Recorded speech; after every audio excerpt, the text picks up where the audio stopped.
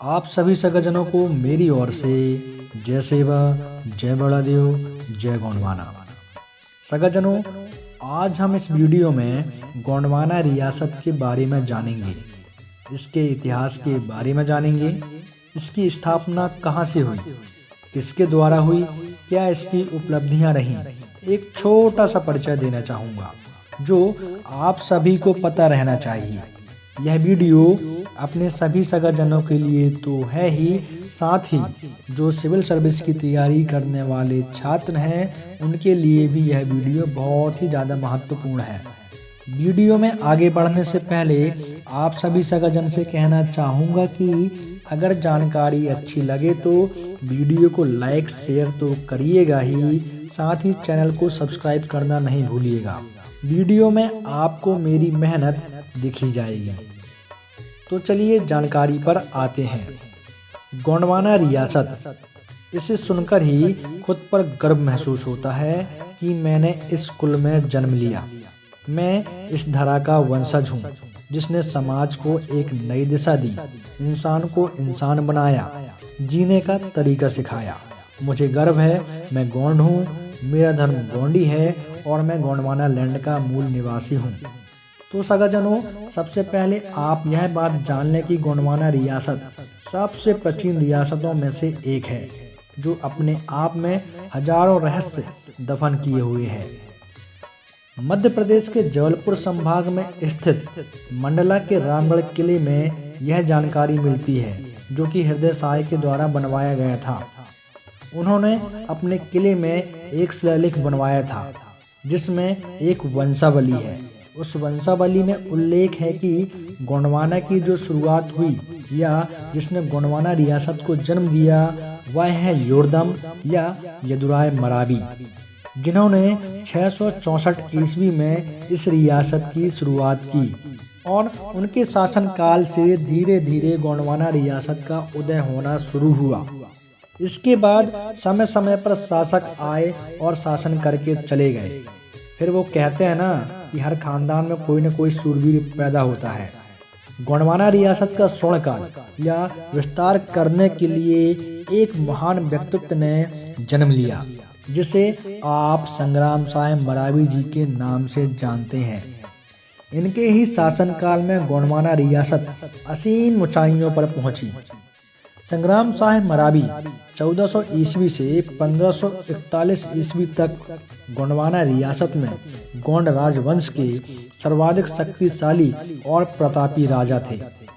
इन्होंने एक छोटी सी जागीर के स्वामित्व से आरंभ करके अपने रण कौशल से 52 गढ़ों पर अपना आधिपत्य स्थापित कर लिया। 52 गढ़ों को स्थापित किए जाने के कारण संग्राम शाह मरावी जी को 52 गढ़ाधिपति की उपाधि भी मिली थी।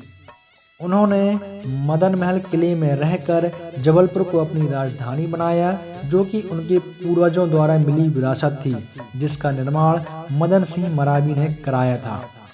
संग्राम शाह मरावी जी को इन 52 गढ़ों का विस्तार करने के लिए 26 वर्ष अपने घर से दूर रहना पड़ा और इन 52 गढ़ों के विस्तार में उन्हें कहीं भी हार का सामना नहीं करना पड़ा।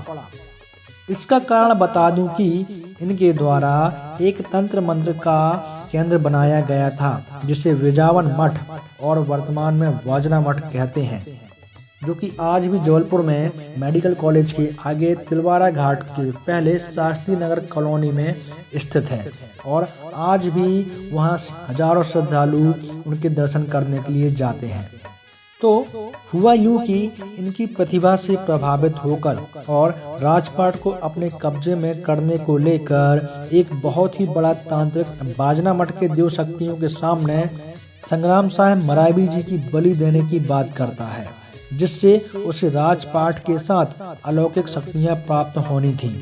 पर यह बात संग्राम शाह जी को पता चल जाती है और इस बात को गुप्त रखते हुए वह तांत्रिक की पूजा में शामिल होकर उसकी ही बलि चढ़ाकर बाजना मठ को समर्पित कर देते हैं, जिससे सारी शक्तियां संग्राम शाह जी को मिल जाती हैं और वो अद्वितीय प्रतिभा के धनी बन जाते हैं।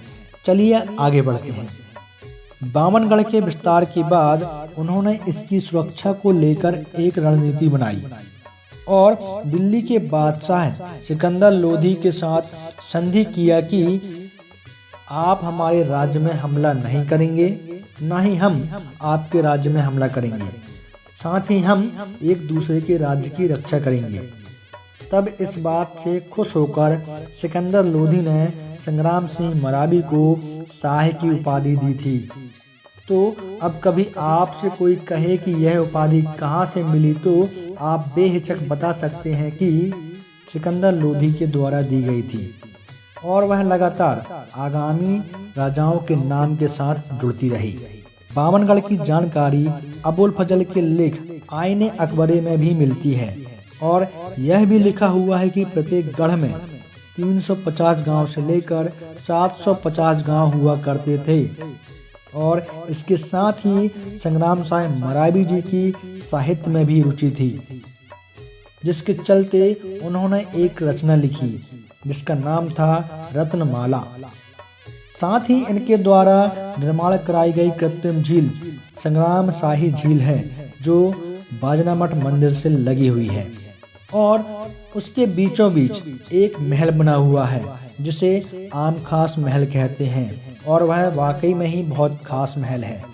और जो उन्होंने झील बनवाई थी वह दलदल युक्त थी और इसका एक रास्ता मदन महल किले से जुड़ा हुआ था, जो जमीन के अंदर ही अंदर से बनाया गया था।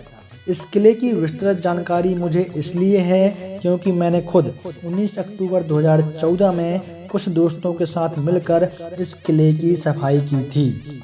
उस समय यहाँ जाने मात्र का सोचकर ही लोगों में दहशत थी, क्योंकि उस आम खास महल में बहुत सी किंवदंतियाँ घटित हुई थीं।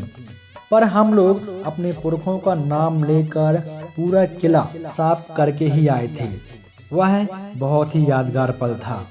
तो सगाजनों, यह रही गोंडवाना रियासत की एक छोटी सी जानकारी। आशा करता हूँ यह जानकारी आपको बहुत अच्छी लगेगी। आगे भी इसी तरह की जानकारियाँ आपके सामने लाता रहूँगा। आज के वीडियो में बस इतना ही। आप सभी सगाजनों को मेरी ओर से सेवा जोहार।